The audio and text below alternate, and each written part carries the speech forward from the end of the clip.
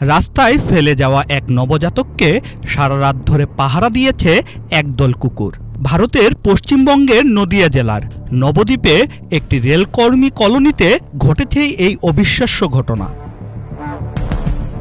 ভারতীয় গণমাধ্যম এনডিটিভি এক প্রতিবেদনে জানায়, মাত্র কয়েক ঘন্টা বয়সের এক নবজাতককে কে বা কারা রেখে যায় স্থানীয় একটি শৌচাগারের বাইরে। শিশুটির শরীরে তখনও লেগেছিল জন্মকালীন রক্ত।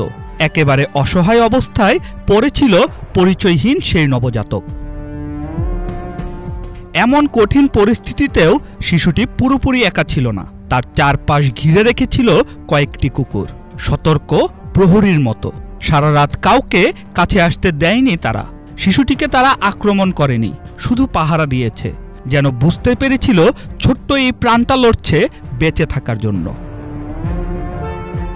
ভোরে প্রথম শিশুটিকে দেখতে পান নবদ্বীপ এলাকার বাসিন্দা শুক্লা মণ্ডল। তিনি জানান, কুকুরগুলো আক্রমণাত্মক ছিল না। মানুষের উপস্থিতি দেখে ধীরে ধীরে পথ ছেড়ে দেয় কুকুরগুলো।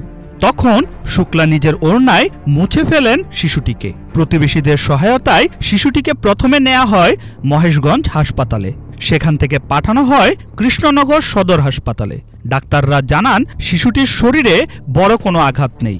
জন্মের কয়েক মিনিটের মধ্যেই নবজাতকটিকে ফেলে যাওয়া হয়েছিল বলে ধারণা চিকিৎসকদের। পথের কুকুরদের নিয়ে আমাদের কত শত অভিযোগ, অথচ এমন কিছু প্রাণী তৈরি করলো চমৎকার দৃষ্টান্ত। চোখে আঙ্গুল দিয়ে দেখালো মানুষ হিসেবে আমাদের ব্যর্থতার চিত্র। শাহরিয়ামান সানি, বাংলা ভিশন।